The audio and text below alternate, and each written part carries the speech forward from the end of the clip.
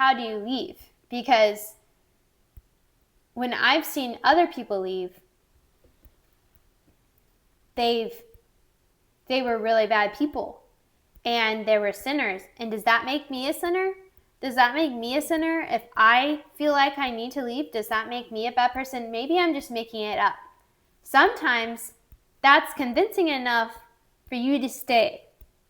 But sometimes the pain that is caused is so strong that regardless of how much pain that you can, how much pain it takes to leave, you have to do it.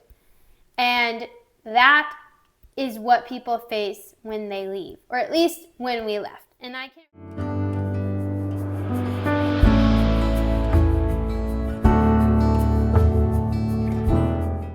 Hey y'all, welcome back. We are here for another video. I really want to just talk about what it's like on both sides. What it's like to be in there and someone leaves, and then what it's like to leave. And how you feel when you've left, and how you feel when you're dealing with all the aftermath of everything out here. So I think it's like something that's pretty important to me, because I think that it's easy to forget what it's like when you're in there and someone leaves. And it's like more like the focus will come, especially if you're the one doing the leaving, the focus is on surviving the leaving and getting yourself into a good position in the world and recovering. So then often you can kind of lose touch with understanding how it feels to be in there and to experience someone leaving, and to remember also the lies that are told about the person leaving, and just the different there's a coercive control and it's a lot of lies, cult-like tactics to infiltrate your thoughts about a person, your emotions towards that person, false information, or not total, like, information's affected because you get told a story of why the person left that's not true. So like they change the truth, they twist the truth, and they tell lies. So your whole perception is changed, and you feel scared in there, and you feel sad, and you feel betrayed in there. And so both sides, I think, like, you feel betrayed. But let's talk about what it's like in there specifically. So often in the build-up to leaving, you can kind of tell when someone's like, Kristen will say this, like, someone's a bad person. And you're like, are you a bad person now? And sometimes when you become a bad person, you can be a bad person for many different reasons. You can be a bad person for questioning the way things are done. You can be a bad person for not communicating enough. They can just randomly determine you don't have, because you had this reaction to something happening, and this reaction isn't the godly reaction. Maybe you're sad. Maybe you're angry about something that is legitimately wrong, but they're not going to say it's wrong. So you get accused of being just angry without a cause, and you're never supposed to be angry. And so like they're like, that's not a good like testimony of your salvation. That means that, you know, what's going on there? And they would question your salvation. So often that's you're a bad person if they don't think you're saved. One thing about that is, like, they take that one instance and then I don't know if this is the right word, like, reflect it over your entire history. So like extrapolate it over the past 10 years of your life, saying, oh, you must have been this way the whole time. So they'll go to extremes of like, you never loved me, you never did this, never as often used, and then you automatically feel the need to get back into the good graces, and that's re-entering into the abuse cycle.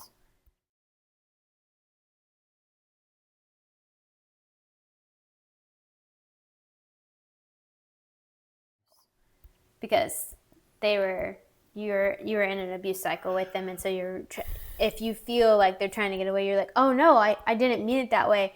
I don't want that to happen, and you try to get back in. And so if you're in there and somebody leaves, all you're going to hear is from the pastor's perspective of what happened. Which, that is very, very dangerous. So you're not going to hear the whole truth. You're not going to hear really maybe even any of the truth.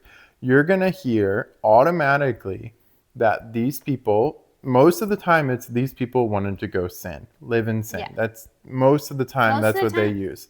Now, what makes it difficult is that there are some people who legitimately don't know the Lord and want to go just live their own life however they want to live it. And you're like, when you're in there, you're like, well, I don't want to go do whatever with them. Like, I don't really agree with that way of life. And so why would you want to leave and do that? But the other side of that is you can't really, while you're in there, you can't tell which ones are really wanting to go do that and those that aren't, because they will be lied about saying that they're trying to go live this life of sin when they're really not. Right. So much to the effect that like the people who are leaving will believe they're trying to do that when they're really not. Some people legitimately think that they did something wrong. But they're really not. And they may not have done anything wrong, but they had said it was a sin. For instance, if you take my case, if you say that not having a baby is a sin, then I sinned. But that's not an actual sin. It's just not an accepted, it's what they determined to be good and bad. And they used the Bible to say that that was bad, that I had not had a baby. They used the Bible for that. Oh, yeah. It was very convincing to the very end. They almost had me. But the thing is, really. Is like, not the really. Thing is but that, you know like, is that they'll, so you, what you're hearing is you believe that the people that left never cared for you. Never cared. Were very selfish, just trying to do whatever they wanted to do, live their own life. And we're doing all of these really bad things. Either we're like angry or wanted to go live in fornication or wanted to go. That was a big word. You know, just a lot of different things. And so, but you don't actually know what has happened in that person's life that led them to leaving. And guess why you don't know? Because you're not allowed to talk to them.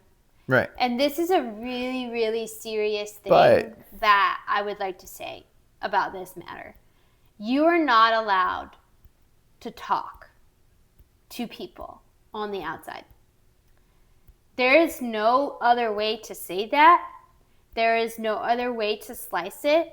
They will come up with some religious mumbo jumbo to explain how you can't be no part of the unfruitful works of darkness. They left us because they were never of us. Some ridiculous twisting of scripture to explain why it's really just not worth talking to them. It's really not worth talking to them. So you could get that version.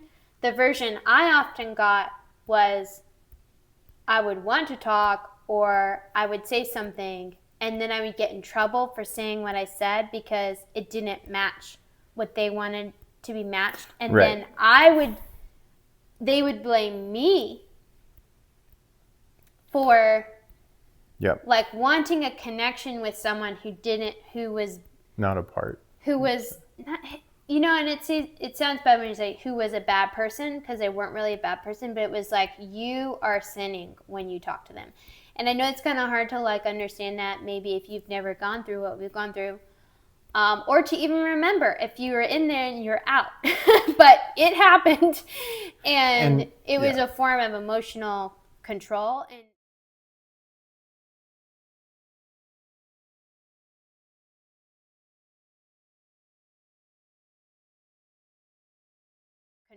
And it's really because you're not allowed to talk, you are isolated. You're completely isolated from people. You can only really have full conversations with people in there that you can feel comfortable with because you know, even when you're at work, you know that they could even affect your relationships at work.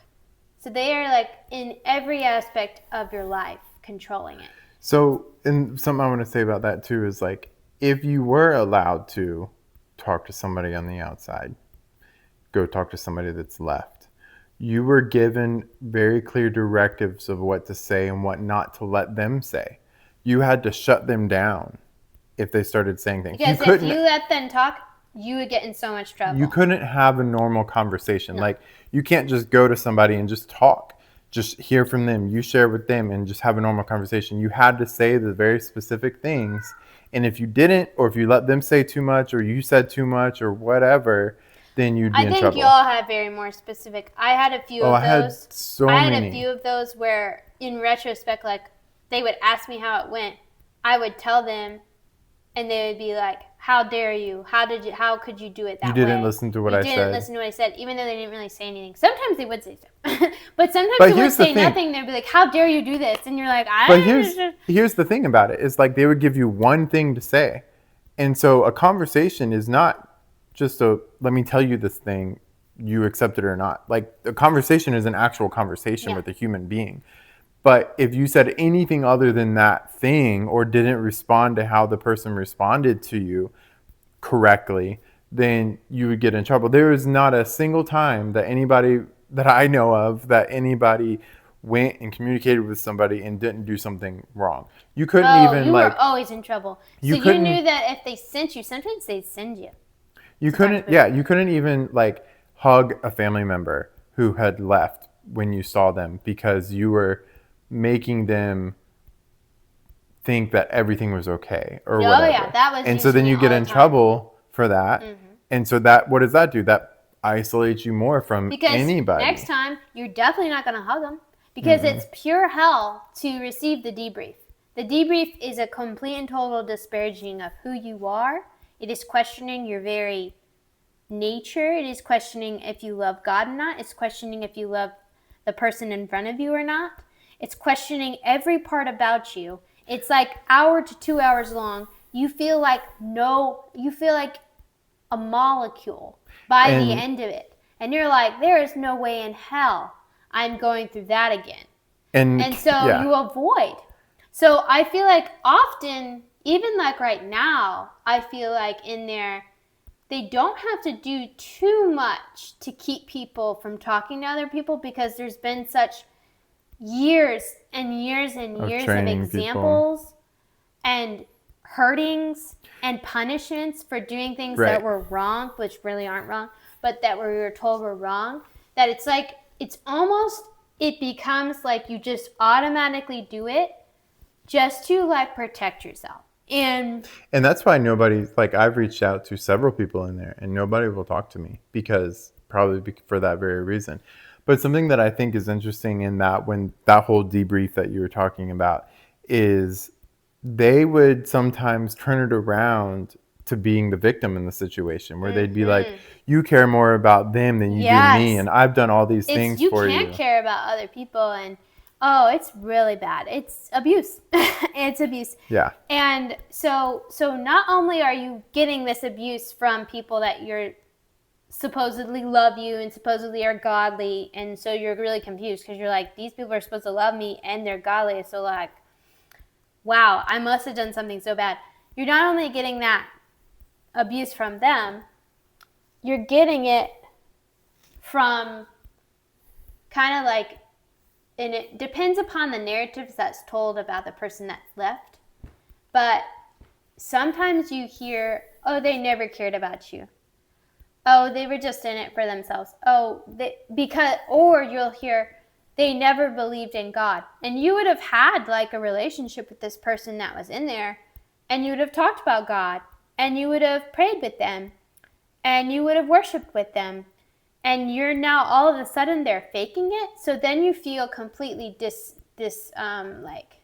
disconnected from that person that you were spending years with, because you're like, were they just faking it? Was it all real? Like, that hurts. Like, why did they just leave? Why can't I talk to them?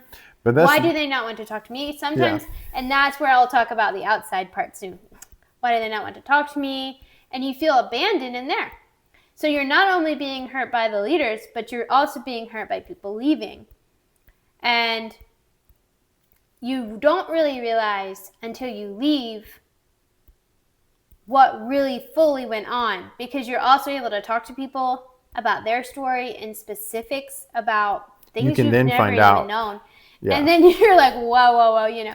But so in there, it is a very painful process. It's very painful, and I think it's something that's not really understood a lot by people even out here. Either they forget it, or they never had to go through it, or they had a different experience. But it's a very painful thing when someone leaves. It's super, super painful. It's super, super scary, and you feel abandoned. And not only that is, especially with what has happened in the last decade or so of the extreme financial need, you also have to take on the extreme financial need. And if you were not stressed out enough by the just weekly, daily need of the finances, and an entire family leaves, there is no focusing on, well, that was sad or whatever. I mean, there is an issue with that. But there is it's just like survival. Like, you have to figure out how this is going to go on. And how is the money going to come in again? Who's going to do that? Because that person would always do that. You have to figure out everything, because it's all on you anyway to figure it out. It's not on the leaders. It's on you to figure it out. At least that's how it was for us. And so that would also happen. But when you wanted to talk about the outside? Yeah. When you're on the outside, this is how it feels. So the leaving process is, you're seeing the bad stuff happen. And I think often they'll choose who they're gonna pick to be bad, or if they don't like something that you're doing, you're bad. And so you're already feeling it. You're feeling it really strongly. You're experiencing it stronger because you were the bad person and you were receiving worse treatment. So you're kind of like, this is really horrible. And then you kind of, if you're conscious enough to know that it is wrong how you're being treated, and it's not your fault, but that it's wrong how you're being treated, then you realize, you're like, oh man, this means that I need to leave this situation. That's what that means. And you're like, but how do you leave? Because when I've seen other people leave, they were really bad people, and they were sinners. And does that make me a sinner?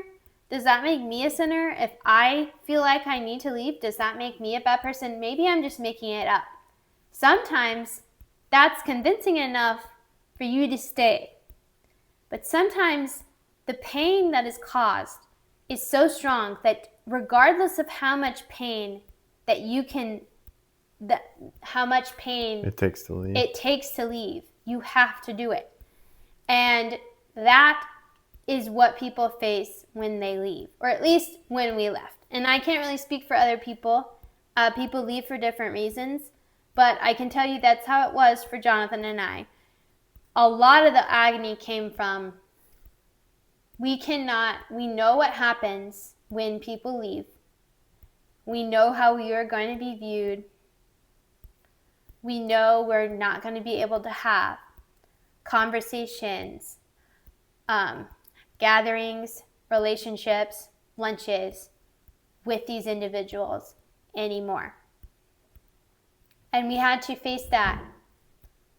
And it was very, very painful. But the pain and the danger was so severe that we had to do it. We had to. And so that is how it is to leave. So you're facing that. You're like, okay, I'm probably not going to be able to talk to this person again. But if I go back, then I could be, it's very bad. It's very, you honestly are leaving knowing that you're probably not going to be able to talk with people that you've known for your entire life. Yeah. And it's not without effort. Like, if you talk with them on their terms and their location and their timing and their method, then you can do that. But you have to do it in all of their ways. Otherwise, you can't talk to them. They don't want you in their lives anymore. Something I would say is that, like, when you first leave, you feel you're definitely more vulnerable. And so that's often why you're told to, the people in there are told to talk to the people out there kind of in that time, because you're more vulnerable. You don't quite know everything yet, but you know it wasn't right. For me, I definitely knew it. But some people, if it's fresh for them, like for you, you were very tenders. And that's why they went after you. Because they knew. No, they didn't go after you. Nobody cared about you. They knew that they could get you. And so, but you feel scared to talk to people in there because you don't know what information, like you kind of don't want information to be given to people in there, because we don't want that information to be given to the leaders in there. So there's kind of that aspect. There's those people in there were going to hurt me, and I don't want them to hurt me again. So kind of when you're first out, you're really scared and you just don't really know what to do. You're just like, oh man, like I know that wasn't right, but then what do I do? What do I do? You kind of got to build your life now. You kind of have to like rebuild. And then for you were afraid to talk to people because they were seen as so bad. It was like a bad thing. It was like reverse psychology done to you for sure. And I waited for him to be ready, but I wanted to talk to people. The best thing to do is to talk to people soon and not wait. Because people are experienced in this, they can help you with your feelings, with your conflicted feelings, with your confusion. And sometimes you will leave and you'll still think, well, maybe I sinned or whatever, but I just can't handle that anymore. But then you kind of find out like, okay, maybe some of it wasn't great, but you find out that scripture's twisted and you're like, wow, and things you thought you were doing or things you thought you could have been guilty of, you probably aren't guilty of, which is really cool. And that's why we talk about what we talk about, because this kind of feeling of impending doom, like, lessens. You know what I'm saying? It's like not there anymore, And you're like, wait, I'm really not a horrible person. But I've just been abused and twisted, and like these affections that I had for these individuals, those were used, and they were used against me. So I guess we can only really speak from our perspectives, being in there and being out of there. But I just want to be really sensitive to the fact that being in there is very traumatizing. And it's very traumatizing when people leave in there. And you're at the mercy of whatever the leader says and whatever the leader is making you do. And out here, you are suffering from, at least this is how it was for Jonathan and I, you're suffering from missing the people in there, but also not wanting to have anything to do with the abuse. Yep. But you still care for the people in there, and you would stop at nothing to help them. That's how it is for us, and I can tell you that while the leaving feels like certain death, it isn't certain death. And the only thing, like the thing that I would add is, like, if you are watching this and you're brave enough to do it, or you have a way to do it, maybe try to talk with somebody that has left to hear their side of the story. If it's a family member or a close friend that you used to have, to see if it lines up with what you've already heard, because I can guarantee you that it's not going to. It's not going to be the same. And I know that's very difficult and probably a dangerous thing to do. But dangerous in the fact that if you're found out that you did that, or that you want to do that, you might get in trouble and you might have to go through all that. So, but if just the mere fact that you can't hear from somebody else, even if it's just knowing that, just that's just question, why can't you? You know, like, why can't you talk to this person and find out what happened to them? So that's honestly why we're making these videos, because we're not allowed to speak to anybody in there. So, or they won't speak to us. So we hope that you see this and hear the actual true side of the story instead of whatever you've been told, because we know what it's like to be in your position and hearing it and hearing all this stuff probably about us that is just not true. I don't know what all they've heard about us, but I can tell you that I'm a Jezebel woman. mm-hmm. They don't know the full I know that you've been told that you don't know the full context of the horrible text message, but that's just a twisting. It was really, really bad.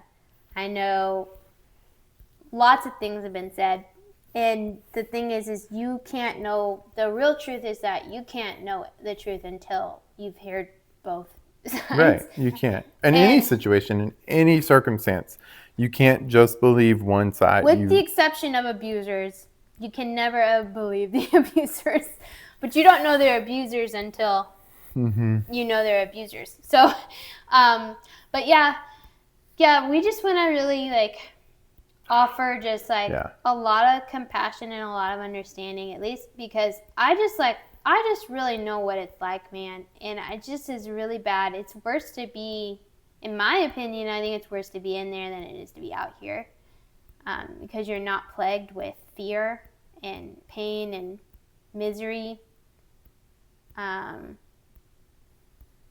from what could happen if you say something wrong, if you do something wrong, if you want something they deem not right for you. And I know there's always they'll always take something, they're like, that's kind of weird. They'll always take that and they'll always kind of make it bigger. And you just need to know that any organization that restricts communication on the outside, and by outside I mean with individuals who have left the organization, because it can be kind of confusing, because you're allowed to work. You're allowed to work with people. You're encouraged to minister. But I need you to kind of use critical thinking there, and knowing that, well, how come these things come up where people come to church and then they don't come to church anymore? Or how come when I talk to this person and I say something wrong, and that means that person's not ready to accept God and I can't talk to them anymore? So yeah, you can talk to the people outside, but watch what happens eventually. Watch what happens down the road. Watch what excuses come up for why you can't talk to that person anymore. That is how they're isolating you. You're being isolated from the outside world. And that is a really bad sign of a group. It is very not healthy. And there isn't really a way to rationalize it other than that it's just happening and it shouldn't be happening. And but that being said, I just really wanted to share about, I know what it's like in there. I fully understand it. I experienced all the emotions, the confusion, the fear, the heartache, the missing people but not being able to say you miss people, the confusion that you thought you had a relationship with that person, but apparently they're all different and you don't understand why. The betrayal, the abandonment, those are real feelings, and they are legitimate for what you're being told and what you're going through. But the positive side is when you're out, you can learn the truth about some leaving stories, the reality that you aren't alone, that it wasn't all in your head and all bad, that you did have a relationship with those individuals, and those individuals do love you. And so there is hope. You have to go through pain and discomfort on the way to it. But there is hope. So that's the best way that I can describe, in general and specifically, Jonathan and I's leaving, how it felt, and also being in there with people leaving and how that felt. And I think it's important to discuss that. Thank you again for watching. Please subscribe, comment, share. We want to get this word out to as many people as we can. And we will see you next time.